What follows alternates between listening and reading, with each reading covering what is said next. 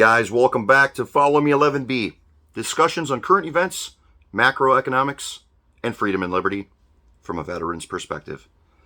Today I wanted to discuss I've been seeing a lot of articles about this topic of late, and it has to do with why home sales in the U.S. are going down while at the same time prices are going up. Seems like it doesn't make sense until you dive deeper into the details. So to start things off, let's go to a CNN Business News article I came across from August 18th by Anna Bani.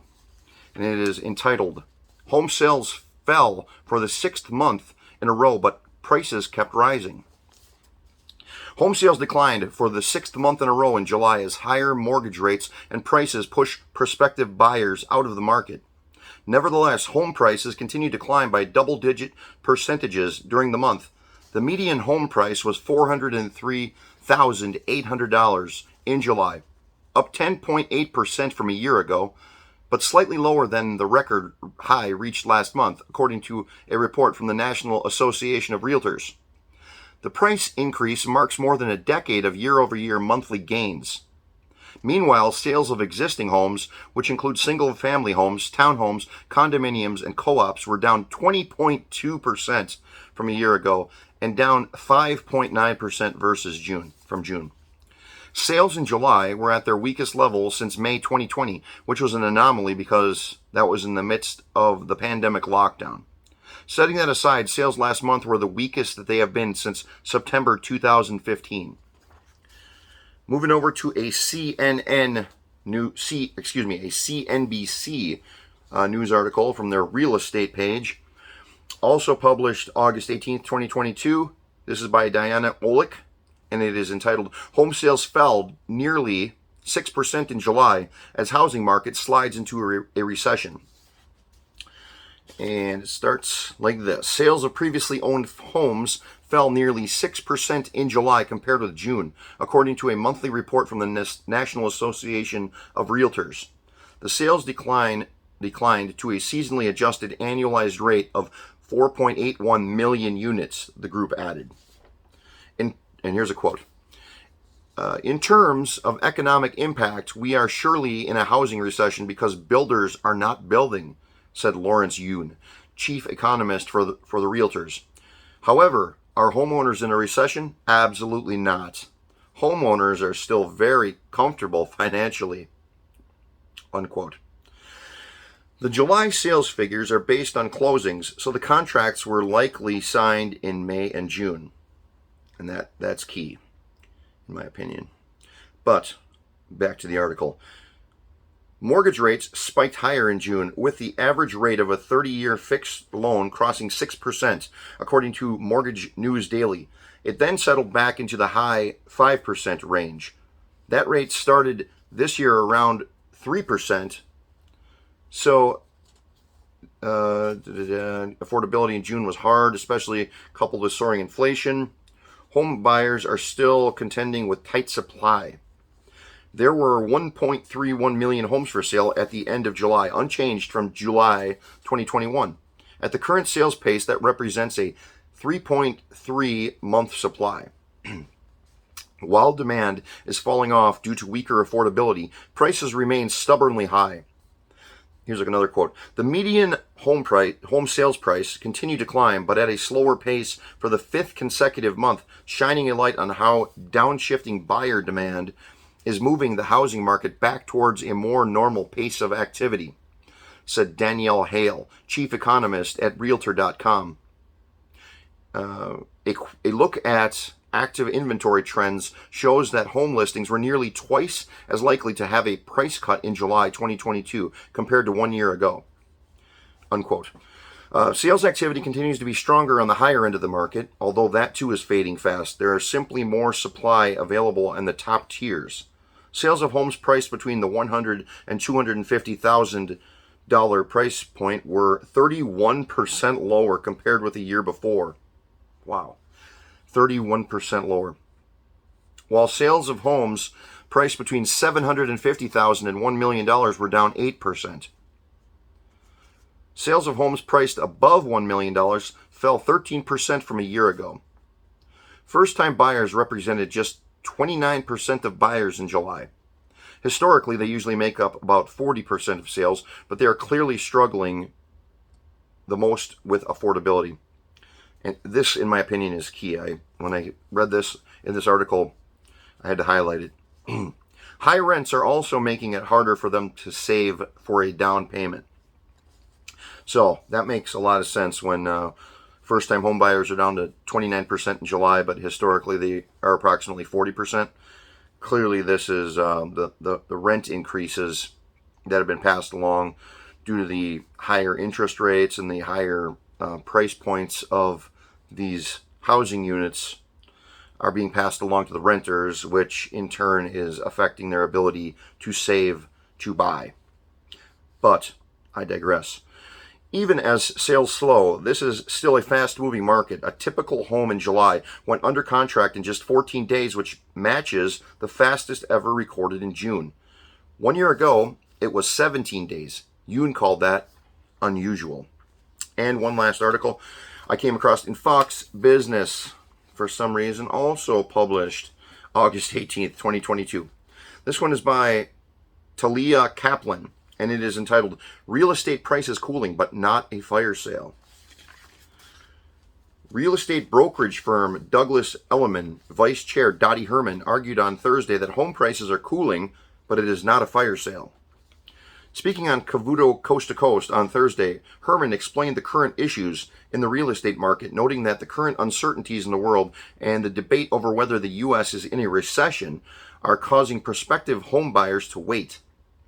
The real estate expert also pointed to the shortage of inventory, noting that a normal supply of inventory is about 6.5 months, but there's currently only about 3. When you have more buyers than you have inventory, you're not going to fall into a market where nobody buys properties, Herman told host Neil Cavuto. She added that in her 30 years in real estate, she has never seen anything like the last 2 years, noting that we are coming back to a more normal market. Maybe. And then she goes on to say, this is good for the buyers. They will be able to make a few concessions, but by no means is there a fire sale, she added. Herman then said she believes some price growth should be expected, but not the 14 to 18% year-over-year growth that was seen recently. She also pointed to mortgages, noting that there are a lot of different types, and urged prospective homebuyers to discuss those options with a bank. Freddie Mac's latest primary mortgage market survey released Thursday shows the average rate for the benchmark 30-year fixed rate mortgage is now at 5.13%, down from 5.22% from last week, but well above the 2.86% average a year ago. The average for a 15-year fixed rate note also fell, dropping to 4.55% from 4.59%. Wow. A year ago, the 15-year rate averaged 2.16%. A slew of recent economic data shows the housing sector is slowing down after 2 years of pandemic-related fueled demand as Federal Reserve hikes rates to combat soaring inflation. As Herman noted, recession fears have also been weighing on would-be buyers. Home sales cancellations, this is important, home sale cancellations soared to a 2-year high last month. So that obviously is not good.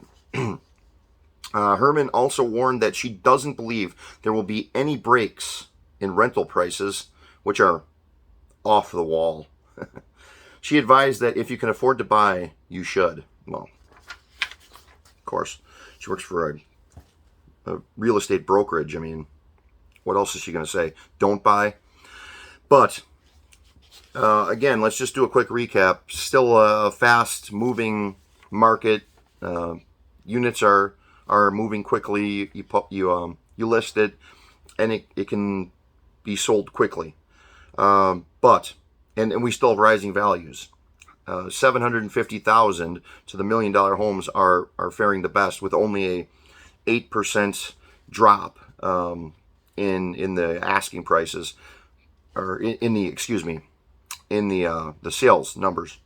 But the first-time home buyers are the ones getting getting squeezed, both by rising interest rates, by less supply, causing prices to continue to rise, and obviously that's hurting the first timers that have declined a lot in their traditional first time buying habits for a new home.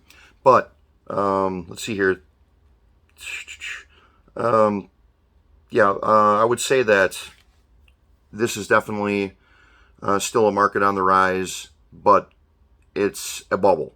Clearly, it's a bubble. So just beware of what you're getting yourself into. I personally, not financial advice, but this is the top of the market. In my opinion, bad idea to purchase right now. Wait for the crash. It likely won't be much longer. Things can't get much higher in light of us being in recession. If you want to call it a traditional recession or a recession by the books, it's 2 consecutive quarters of negative growth. So, in my opinion, though, FOMO is still a force that is grabbing some people to their detriment. This fear of missing out, though, it's convincing people that this is the top of the market is a good place, is a good time to purchase your first home or your second home or who knows, your third home even.